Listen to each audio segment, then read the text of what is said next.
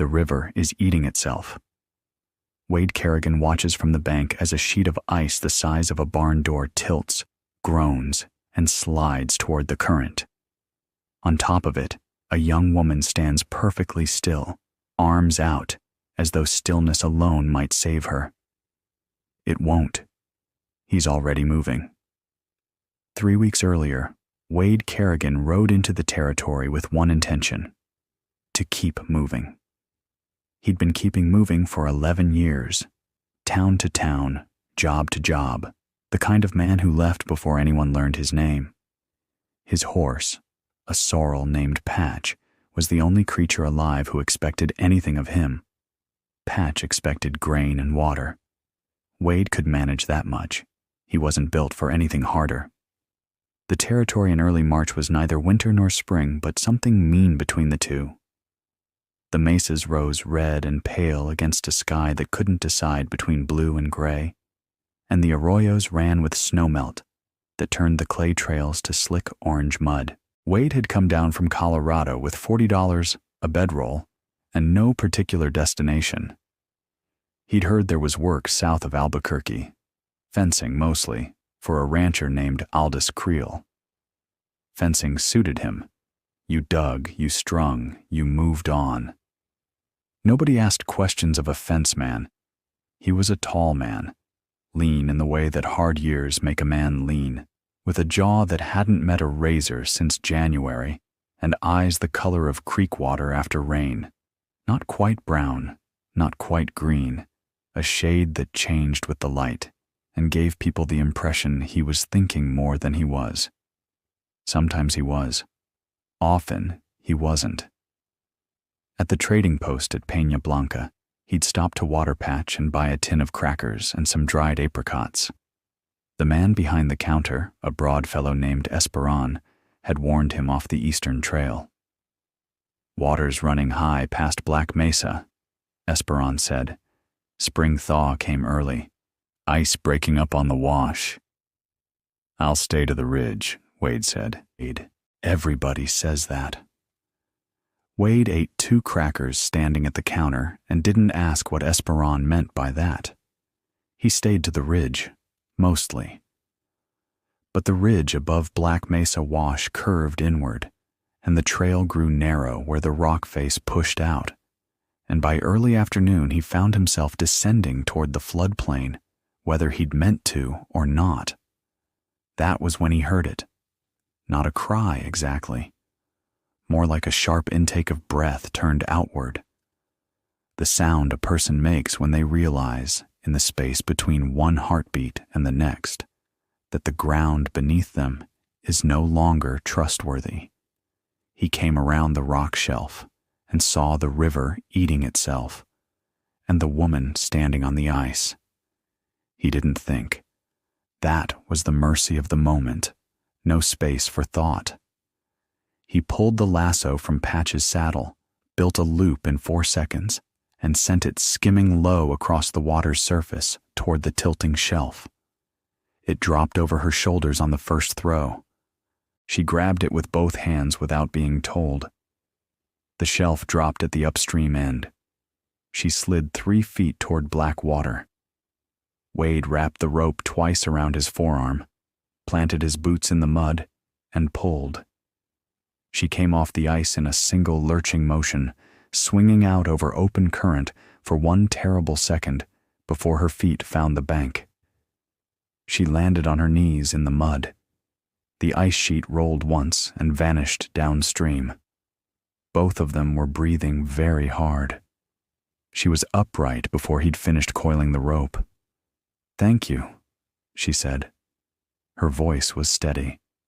That surprised him. "You all right?" he asked. "Yes." She was already looking east toward the tree line along the wash. Her clothes were soaked from the knees down, hide boots dark with water, a wool blanket worn as a shawl, her black hair loose and dripping at the ends. She couldn't have been older than mid-20s. Her hands, he noticed, were a weaver's hands, calloused at the fingertips, strong through the palm. "You need to get dry," Wade said. There's a spot back up the ridge where... I don't have time. He blinked. Ma'am, you just about drowned. I know what I just about did. She looked at him directly then, and there was nothing frightened in her expression. I need to reach the far side of the wash before the meltwater rises another foot. I have a cache there. Seeds, tools, 2 good blankets. If the water reaches it before I do. She stopped, recalculated. My family's camp is 3 miles up the mountain. We came down early in the season. I hid what we couldn't carry. Wade looked at the wash. The current was running heavy and brown. There were ice chunks in it the size of wagon wheels. Where's the crossing? He asked. The old ford, 1/4 mile south, but that's on foot. I'll need to. I have a horse. She looked at Patch. Patch looked back at her with the profound indifference of a horse who had seen everything. I don't need saving twice, she said. I'm not offering to save you. I'm offering the horse. That sat between them for a moment. Wade told himself he would lend her the horse, wait on this bank, and when she came back across with her supplies, he'd take Patch and ride south. He had a job waiting. He had his $40 and his dried apricots and his entire life's arrangement of keeping moving. There was no reason to do anything more than lend the horse. He listened to the river and tried to believe that. The ford might not hold even for a horse, he finally said. I'd better come with you. Her name was Nita Sani. She told him this at the ford, standing at the water's edge while Wade read the current. Wade Kerrigan, he said. Can your horse manage it? Patch was already testing the gravel with one hoof, ears forward. The water was thigh-high on a man, fast, but not violent. There were 3 channels to cross, with gravel bars between them. He can manage it, Wade said. They went in together, Nita holding Patch's stirrup, Wade leading from the front, and the cold came up Wade's legs like a fist. On the far bank, everything changed. The cache was deeper in than he'd expected, and so was everything else. On the far bank, while they wrung water from their boots, Nita told him about the cache without being asked, as if, having accepted his company, she decided to give him the full truth of the situation. My grandmother wove those blankets, she said. The seeds are 3 years of selection. You can't replace that. Not with money. Not with anything. Wade didn't respond right away. He was thinking about things that couldn't be replaced. He had a short list of his own. It was the first thing they had in common. The cache was hidden in a sandstone alcove a 1/2 mile east of the wash, up a narrowing arroyo where the walls rose to 20 feet and the floor was soft with old flood silt. Nita moved through the terrain with the ease of someone who had walked it since childhood, stepping over the places where the silt was deceptive, ducking under a low shelf Wade nearly walked into. Watch your head, she said, a 1/2 second after he'd already ducked. Little late, he said. You're still standing. He couldn't argue with that. The arroyo opened into a wider bowl at its head, a natural amphitheater in the sandstone where the rock curved overhead like the inside of a palm. In the dry season it would be peaceful. Today, water was sheeting down the curved walls in thin silver lines, and the floor held 2 inches of standing water. Nita stopped, said nothing, but her jaw tightened. The cache was in a crevice 10 feet up the western wall, a natural shelf, deep enough to store a season's worth of supplies, ordinarily well above the flood line. But the water sheeting down the walls had come from above, from snowmelt running off the mesa top, not from the wash. It was a different problem than she'd prepared for. How did you get things up there? Wade asked. We have a ladder. It's in the cache. He looked at the wet rock. It wasn't a cliff face, but it wasn't an easy climb either. The handholds were there if you trusted them. "I can get up," he said. "So can I," Nita said. "I didn't say you couldn't." She tied her blanket shawl more tightly and went up first to prove it, moving with careful, deliberate grace, testing each hold before committing. Wade followed, staying wide so he wouldn't crowd her line. At the shelf, she pulled herself up and disappeared into the crevice. He heard the sound of things being moved. Checked. A pause. "Everything's here," she called down, "but I need rope to lower it." "I've got rope," Wade said. He was perched on a hold 6 feet below the shelf, which was not comfortable. "Can you tie a bowline? Can you tell me something I don't know?" He almost smiled. "Throw me one end." They worked out a system. She tied off the bundles inside the crevice, lowered them on Wade's rope to the floor below, and he climbed down to unhook them and set them on the driest bit of ground available. The blankets were wrapped in oilcloth. Good thinking. They were mostly dry. The seed pouches were leather, tightly cinched. The tools, a handloom's reed, 2 beater blades, and awl, a hafted knife, 3 other pieces Wade didn't recognize, were wrapped in a canvas tarp. 3 trips each. By the 3rd trip, the water on the floor of the bowl was 3 inches deep and rising, fed by the sheeting melt from above. "We need to move," Wade said. "I know." She was already down, gathering bundles. She distributed the weight between them without asking, handing him the heavier pieces with the same matter-of-fact directness she'd shown since the riverbank. He took what she gave him and said nothing. Getting out of the arroyo was harder than getting in.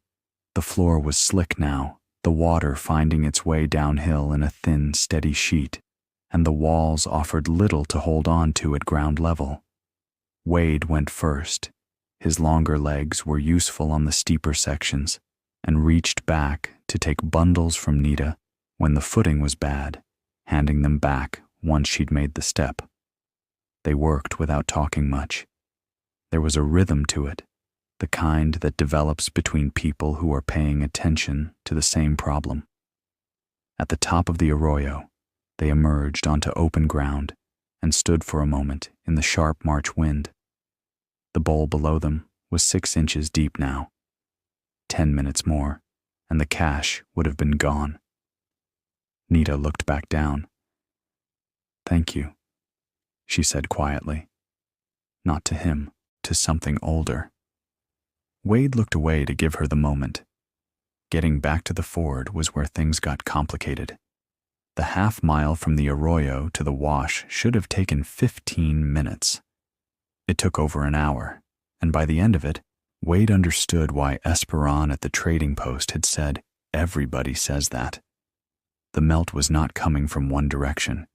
It was coming from everywhere. Snowpack on the mesa releasing all at once in the afternoon warmth, water finding every crease and channel in the ground, turning dry arroyos into running streams and firm footing into soft traps. The trail they'd taken from the ford was gone under 4 inches of moving water. Nita stood at the edge of the flow, thinking. "There's a higher route," she said. "It adds a mile." "Better than the middle of that," Wade agreed. The higher route took them along the base of the mesa's southern face, a ledge trail barely wide enough for Patch to walk without his saddlebags brushing both walls. Wade led the horse by the bridle. Nita walked ahead, reading the ground, calling back warnings. Loose rock, drop off right side. Overhang, duck. Wade found he didn't mind taking direction from her. She knew this ground. He didn't. That was a simple arithmetic. Halfway along the ledge trail, they had to stop. A section of the trail had slumped away, not dramatically, not a catastrophe, but enough that the remaining path was 18 inches wide and covered in slick red mud, with a 10-foot drop to the arroyo floor below. Wade looked at it, looked at Patch, "He won't make that with the weight," he said. "No," Nita agreed. She was already pulling the bundle ties loose from the saddle. "We carry it across, then bring him." They redistributed everything they were already carrying, plus Patch's load between their own arms and backs. Wade took the awkward pieces, the tool tarp under one arm, a blanket roll across his shoulders. Nita moved first across the slumped section, one shoulder against the rock wall, feet placed sideways, not looking down. Made it without drama. Wade followed with 3 times the load.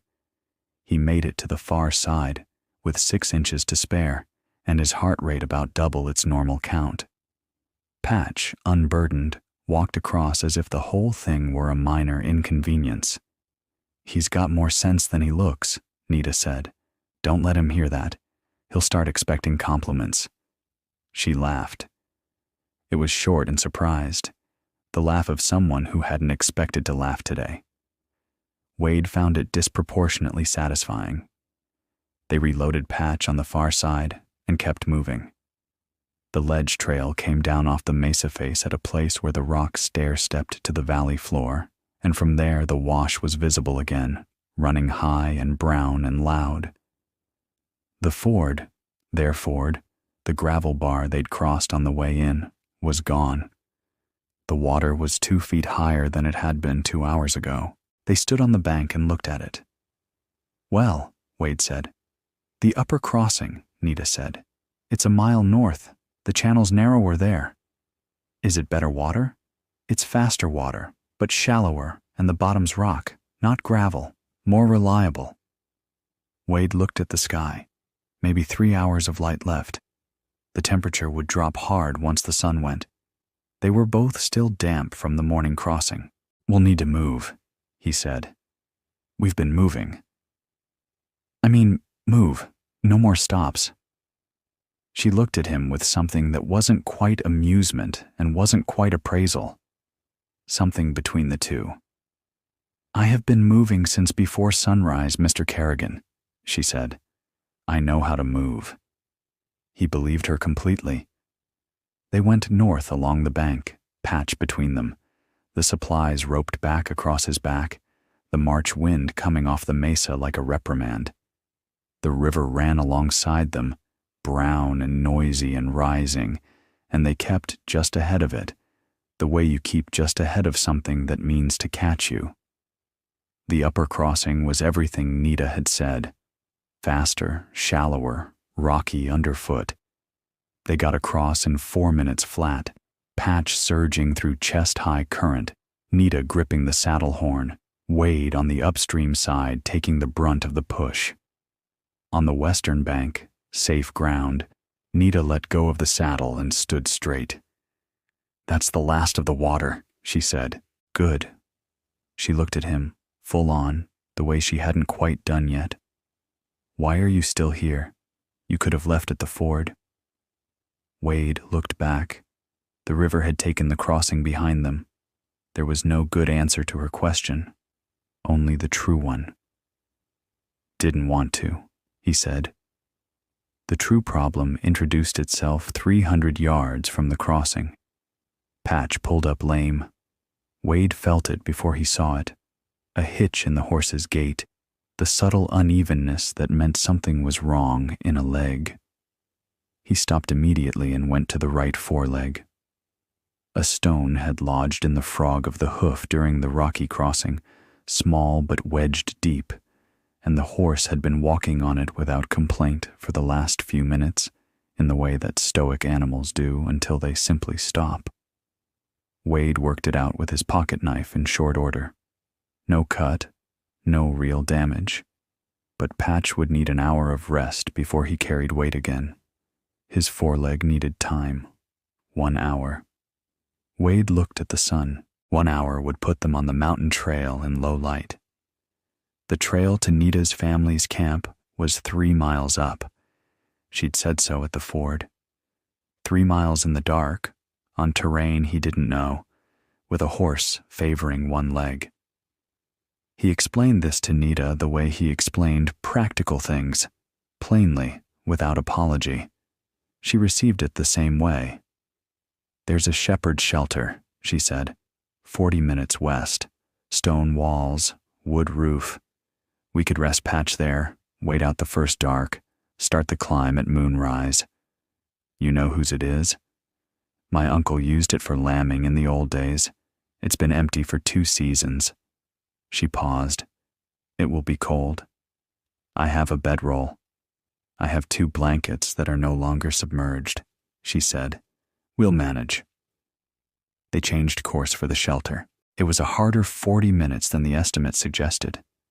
The ground between the wash and the mesa's western base was cut by gullies, some of them running fast with melt now, and they had to pick their way carefully, avoiding the soft-sided ones that might give way under Patch's weight.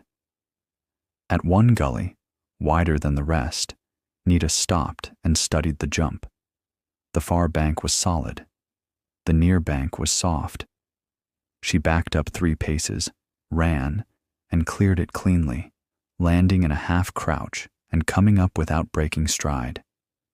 Wade walked Patch 50 yards south to where the gully narrowed to a step-over. "Show off," he said when he caught up. "Efficiency," she said. "Right." They found the shelter as the sun touched the top of the mesa. It was exactly what she'd described. 4 stone walls, a pitched roof of old timber, a door that hung crooked on leather hinges. Inside was dry, which was the only word that mattered. A rusted iron ring in the floor had once held a tie rope, old straw in one corner. A clay fire pit, cold and ash-filled. Wade tied Patch to the iron ring with enough rope to let him stand comfortably, then went back outside to gather wood. There wasn't much. Some dried branches along the shelter's eastern wall, a few lengths of timber that had fallen from an old lean-to. Enough. He had a fire going in 20 minutes. Nita had, in that time, repacked and organized all the supplies, checked each seed pouch for moisture damage, and refolded the blankets over a rope she'd strung between 2 wall pegs to air. When Wade came in with the last armload of wood, the shelter looked, not comfortable exactly, but arranged. Intentional. "You move fast," he said. "The seeds need to breathe after being sealed that long," she said. "And the blankets will be warmer if they're aired before we need them." She said we without thinking about it. Wade set the wood down and said nothing. But he noticed. The temperature dropped fast once the sun was gone. It came through the gaps in the door and the places where the mortar had crumbled between stones, probing and deliberate, finding every thin spot in their warmth. The fire was good, but the shelter wasn't tight. Wade added wood carefully, rationing what they had. They sat across from each other on opposite sides of the fire pit, close enough for the heat, far enough for sense. They talked. It happened naturally, the way talking happens when people are tired and warm and there is nothing else to do but wait. She told him about the mountain camp. Her mother, her 2 younger brothers, her grandmother who was 81 and still climbed to the high meadow on good days to check the sky. The seeds in the pouches were the grandmother's selections, 20 years of careful choosing. The blankets were hers too, woven over 3 winters. The pattern a thing her grandmother had learned from her own grandmother. "She'll know if they've been wet," Nita said. "Can she tell?" "She can tell if you've been thinking uncharitably. She can certainly tell if her blankets have been in a flood." Wade smiled at that. He told her a little about Colorado, about the work up there, about Patch. He didn't tell her about the 11 years of moving or why, but he told her about a winter he'd spent in a line camp near Durango, snowed in for 3 weeks with a dog named Biscuit and 100 pounds of canned peaches. It was the only 3 weeks in recent memory he'd felt no desire to go anywhere. "Why did you leave?" she asked. Spring came. She looked at him across the fire for a moment. That's not an answer. It's the one I've got. She accepted this without pressing, which was its own kind of courtesy. Wade found he appreciated it more than he'd have expected. Around what he guessed was 10 o'clock, Nita checked Patch's leg.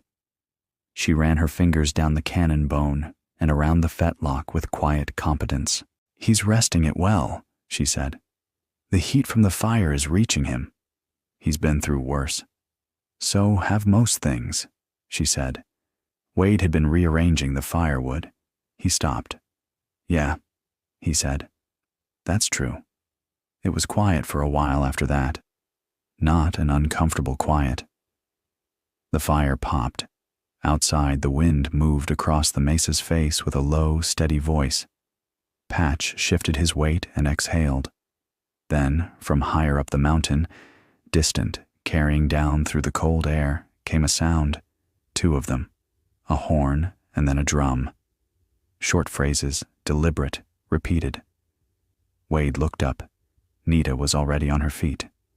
What is that? He asked. My grandmother's signal, she said. Her voice had changed entirely. She only uses it when... She stopped. Then, there's weather coming. She's warning us not to climb in it. How does she know we're out here? Nita's expression said the answer to that should be obvious. She knows. They listened. The pattern repeated. 3 short horn notes, 2 drum strikes, 3, 2. It means shelter, wait, come at dawn, Nita translated. All that in 5 sounds? 8 sounds. And yes. Wade looked at the door, at the cold pressing through the gaps, at the fire that would need tending through the night. He looked at the supplies organized against the wall, at the aired blankets. He'd meant to be in Albuquerque by now. He'd meant a lot of things. Then we wait, he said. Then we wait, she agreed.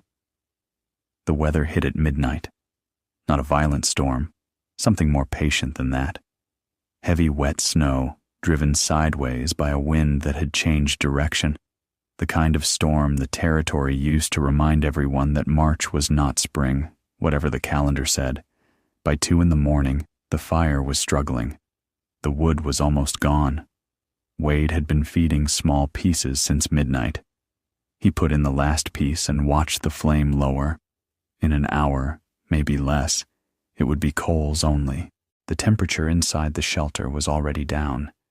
He had kept a horse, a woman, and a stack of irreplaceable supplies alive and dry through a flood. The cold was different. He sat in the dark and thought about the list of things he'd failed to hold on to, not out of self-pity. He wasn't built for that either. More the way a practical man takes inventory before dawn, honest about what's there and what isn't. 11 years of moving hadn't made him reckless. He planned, he prepared, he read terrain well. He'd just never let himself be responsible for anything he couldn't carry alone. And here he was, responsible for a woman who'd nearly drowned, a horse with a tender leg, a collection of seeds that held 20 years of someone's best effort, blankets woven through 3 winters, tools for making things that lasted. He looked at Nita. She was asleep across the fire pit, one of the grandmother's blankets pulled to her chin, her weaver's hands loose and open in the way hands go when their owner is finally, completely at rest. She had not asked him to stay. She had not asked him for anything past the horse. He'd kept adding to his own portion. The fire went to coals. He pulled his bedroll open all the way. It was a good bedroll, thick wool on the outside, cotton flannel in, and stood up quietly. He set it over Nita, keeping his movements small so she wouldn't wake. Then he went to sit with Patch, who was warm and solid and didn't need explanations. Wade put his back against the horse's flank and waited for dawn. He found the wood at first light. He'd missed it in the dark. A back wall of the lean-to had collapsed inward, and under it were 6 intact timber lengths, dry and good, sheltered under the angle of the fallen roof. Wade stood in the blowing snow looking at them. Then he laughed. A short, rusty sound, the laugh of a man who is relieved and embarrassed in equal measure. He carried the wood inside in 2 trips and had the fire rebuilt before Nita opened her eyes. She woke to warmth and smelled wood smoke and looked at the fire, then at Wade, sitting on the far side of it, with his coat pulled around him and his hat tipped forward over his eyes. And she understood without being told. "You sat with the horse all night," she said. "I found wood this morning." "Before or after you sat with the horse all night?" He tipped the hat back. "I slept some." "Against the horse.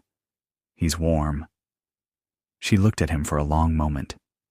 Then she reached into the bundle beside her, produced 2 strips of dried venison and a small pouch of pine nuts, and set half of both in front of him. "Eat," she said. He ate. They didn't talk much while they did, but it was a companionable silence, the kind that had developed somewhere on the far side of the wash when they'd stopped being a stranger, and a woman he'd pulled off the ice and become, by degrees, something less defined and more comfortable than that. The storm had blown through.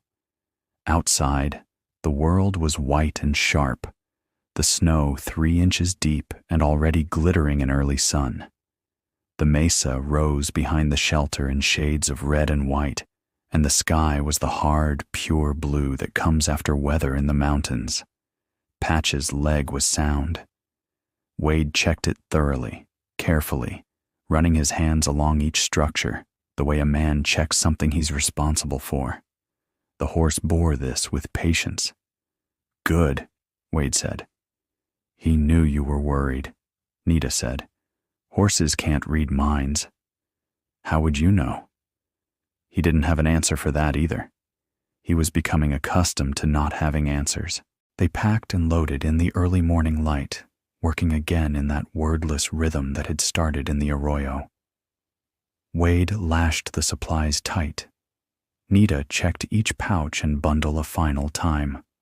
Not from anxiety, he understood now, but from the habit of someone who had learned that careful checking was the difference between loss and recovery. He found he'd adopted a version of it himself without noticing, double-tying knots he'd have left single the day before. The mountain trail started a 1/4 mile north of the shelter, at a place where the mesa's western face offered a series of natural switchbacks generous enough for a loaded horse. Nita led without hesitation. Wade followed. The climb was 3 miles, as she'd said, but the miles were vertical in a way that made them longer. The trail was old and well-made. Generations of use had worn it smooth in the rock, and even under the new snow it was readable if you knew what to look for. Nita knew. She pointed out landmarks as they went, naming them in her own language first, and then offering the description. The rock that tilts north, the place where the second arroyo drops, the juniper that grows sideways from the cliff. Wade repeated the names back to her. The Apache ones. Got them mostly wrong. "Again," she said, not unkindly. He tried again. Better. The sun came fully up while they were on the second switchback, and the snow turned from gray to gold to white, and the valley below opened up into a width that made a man feel small in the best possible way. Not diminished, but given perspective, the kind that settles something in the chest. They heard the camp before they saw it. A dog barked. Then children's voices, high and quick and immediately hushed by someone who knew about mountain sound. Then a woman's voice, calling something short and clear. Nita answered. They came around the last switchback, and the camp was there. 4 structures arranged around a central fire, smoke rising straight in the still mountain air, figures moving.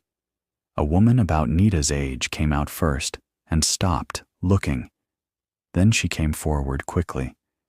Nita said something to her in Apache, and the woman looked at Wade and said something back, and Nita replied, and they both looked at Wade again. "My cousin Lena says you don't look like someone my grandmother would have sent," Nita told him. "Your grandmother didn't send me." "I know." That's what surprised her. A boy of about 10 came and took Patch's bridle without being asked, leading the horse toward a sheltered spot by the eastern structure with a confidence that said he'd been doing this since he could reach the bridle. Wade let him. The supplies were brought inside. The seed pouches were opened by an old woman who sat by the central fire wrapped in a blanket, examining each one with her hands and her nose and some interior measurement Wade didn't have access to, and who said, when she was done, a single phrase that made Nita's shoulders drop from around her ears.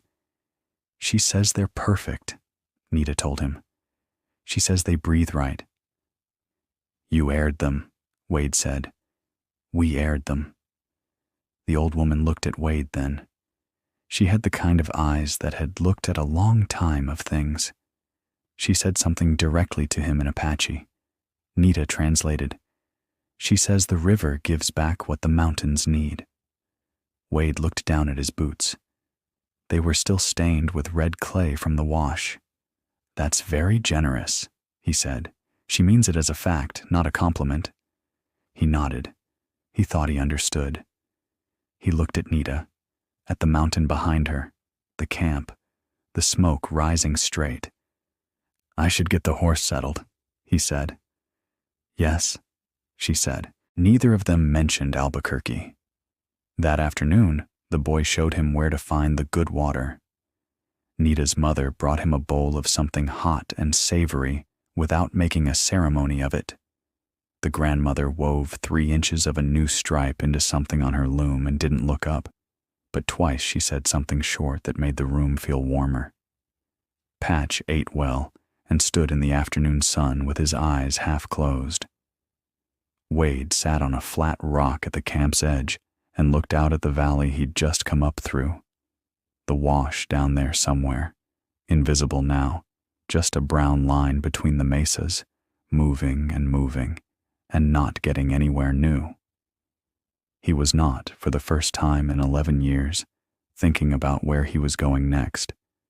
It was a strange feeling. He examined it carefully, the way he'd learned yesterday to check a hoof, a knot, a seal on a seed pouch. He found nothing wrong with it.